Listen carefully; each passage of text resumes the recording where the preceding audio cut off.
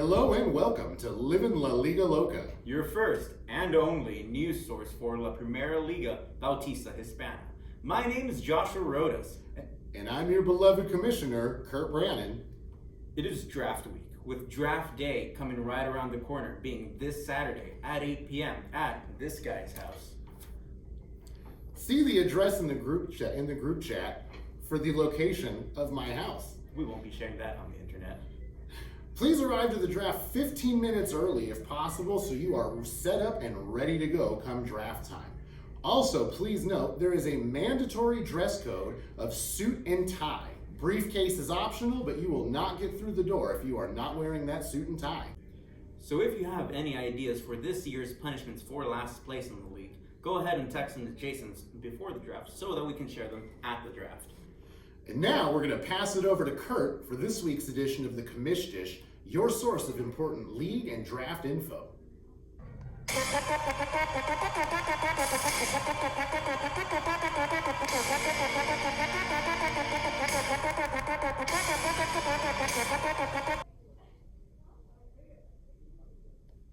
Oh, sorry.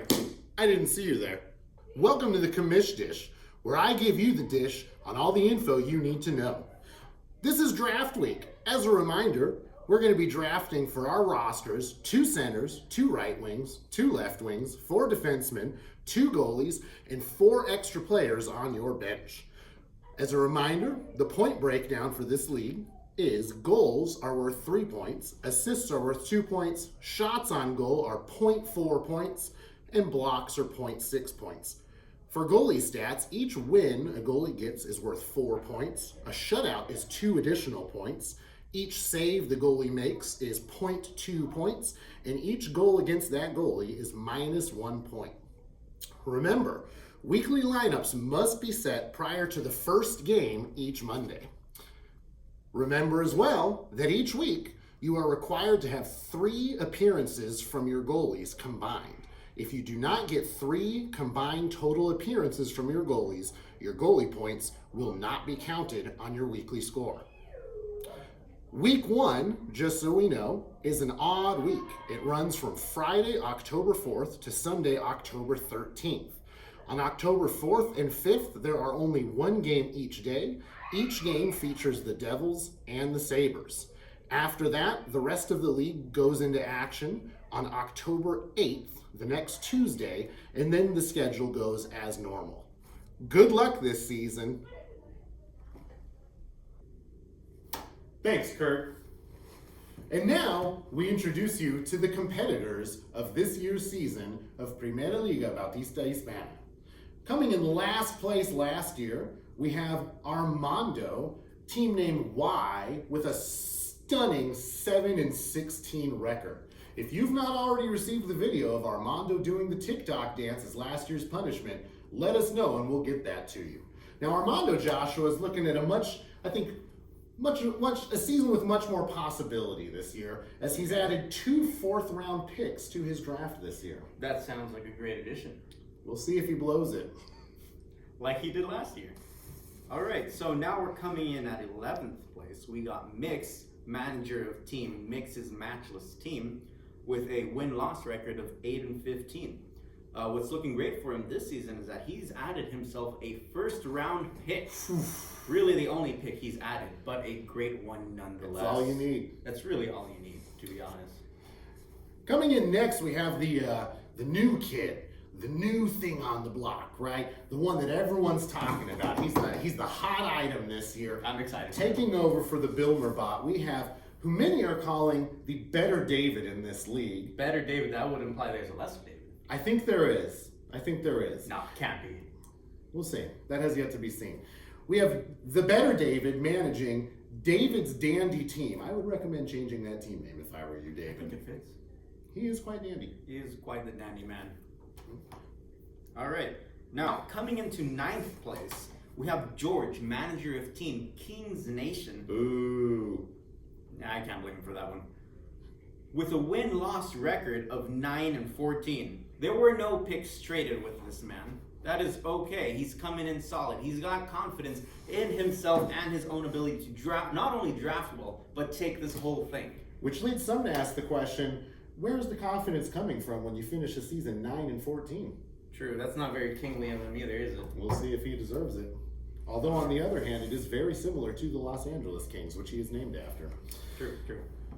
Finishing the season last year in 8th place, and also the winner of the coveted participation medal, we have Moy, aka the Cracker Cruncher, coming in at a 10-13 record. Now, Moy, I think, Joshua, has a really great shot this year. He has, I think, maybe the second best draft coming in, as he added a second and a third round pick. Second and third picks are pretty great.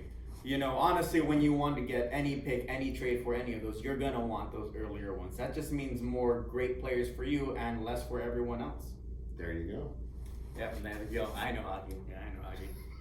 Okay, now, coming into 7th, we got the brother and runner-up for that coveted Consolation Cup, Leo. Manager of Leo's Liquidation Location. Name change specifically for when we were selling out all our players for that end of season last year. Now, he's coming in with a win-loss ratio of 11-12. And like I mentioned before, runner-up for that coveted Consolation Cup. Now, he's interesting. His is an interesting one. He did add some picks, which is always a big plus. However, he did add a third and a fifth. Third is great. Fifth can be great depending on everybody else's picks, And I think the question on everyone's mind, Joshua, is will he be able to live up with that 5th pick? Will he blow it, or will he nail it? Personally, in the way that I like to draft, I like to draft a little bit on the lower side. I try to go for those guys that aren't as flashy. And if you got a 5th round pick, you can do more of those. So it really comes down to his knowledge and his ability as a manager and how he drafts. So I think there's potential. There's potential that is to be seen. Need to turn the page here. I put the winners from last season on a different page. Where we belong. Where we belong. Not that I would know. So, coming here, rounding out the top 6, those teams that made the playoffs here. In 6th place, we have Kurt, team name Commission Possible, finishing with a stellar 12-11 record. And Joshua, some people said about this man's season last year that it couldn't be done, that it was incredible, that it was world-changing. I heard that all season too, but I was like, really? With a name like Commission Impossible? How can he not make it? He was made to be in playoffs, and he delivered. He delivered. And not only, Joshua, did this fine young man make it into playoffs, but on his way, he managed to add to his draft this year a 2nd, 3rd, 4th, 8th, and 11th round pick. Oh my goodness. I think he's got to be feeling pretty confident right now. I would say that is probably the best position in the league right now. I would agree. And it's a great thing that we are able to get picks from multiple people. Because that way you don't have to farm just one person for picks. Because if anybody would sell all of their picks to just one guy, that's really on that person. And some people might think maybe that's the kind of thing that gets you a spot on a news show. Maybe. Some would say that. Maybe others would say it was a crime of passion. Anyway, back to the rankings. Going on to 5th place. Some would call him lesser. Others would call him... I know I would. Please. Some would call him lesser. Others honestly wouldn't call him anything else. We have David, manager of David the Volter Kachuk, coming in with a unsurprising win-loss ratio of 11-12. Probably the only manager who came in with a losing record into playoffs, unfortunately. And also, curiously enough, he seems to have gone 1-10 against all other teams in the league, right? Not against all other teams, Joshua. That 1-10 is specifically against other teams that made the playoffs, which might explain his first round exit from the playoffs. True. I thought, 1-10 was pretty bad, but 1-10 only against winners. That explains a lot more. That's why he's not necessarily the lesser. He is just not as good. Some would call that lesser. You're right. Coming in 4th place from last year's playoffs, we have manager Joshua, manager of team The Dream Is Over, with a win-loss record of 12-11. Now, he is at a bit of a disadvantage because he did trade away his 2nd, 4th, and 8th pick. So while maybe strategically divided those picks were sold, it is still going to be quite a big catch-up, being two semi-high picks that he traded away. It's tough. It's tough. It is tough. And now that I'm looking at the numbers here, doesn't second, fourth, and eighth, don't those kind of look like 3 of the 5 picks given to manager Kurt? That is some coincidence. I think you're right there. That is a coincidence. It is a bit of a weird coincidence. I mean, I hope he got like something out of it. Some good players. Definitely not one that he drafted at the very beginning of the season, and maybe came out with something a little extra, like maybe getting on a show or something. But time can only tell. Time can only tell. Finishing in 3rd place last season, we come to Cheo, manager of the Alphas. Now, Cheo had a great season. Many counted him out from the get-go. He ended 13-10 in a 3rd place finish. I think that's a pretty strong record. I mean, during the season, I saw teams were pretty scared to go up against him. I know I was. I think I was as well. The question I think we all need to be asking ourselves is, did we predict his downfall a season too soon? Cheo was coming into this season having traded away his 3rd, 4th, and 11th round picks. Traded away. The question is, can he make it back to the playoffs with that much of a disadvantage? I think he's a pretty strong manager. I think he can make the comeback, I have my doubts.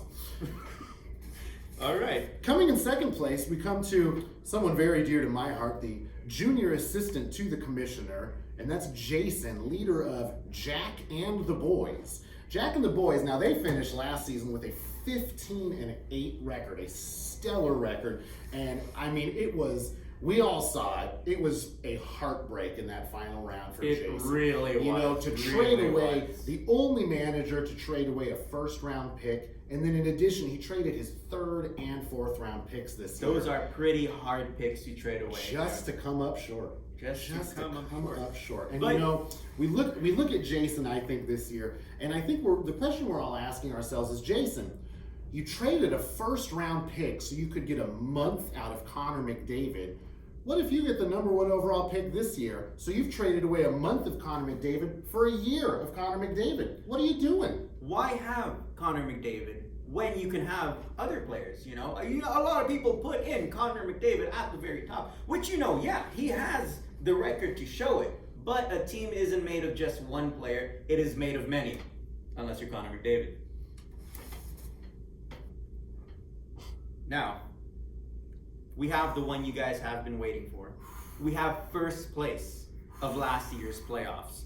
1st place of very first ever Primera Liga Bautista Hispana Championship Tournament, whatever you want to call this. We have Ben, manager of Benton's best team. And it's hard to argue with that name. Hard to argue with that name when he has the footage to prove it. Now, he's coming in with an incredible, unmistakable, unremarkable, or remarkable. Very remarkable. Very remarkable. I know English. Unremarkable. Unremarkable. Unremarkable. Unenant remarkability.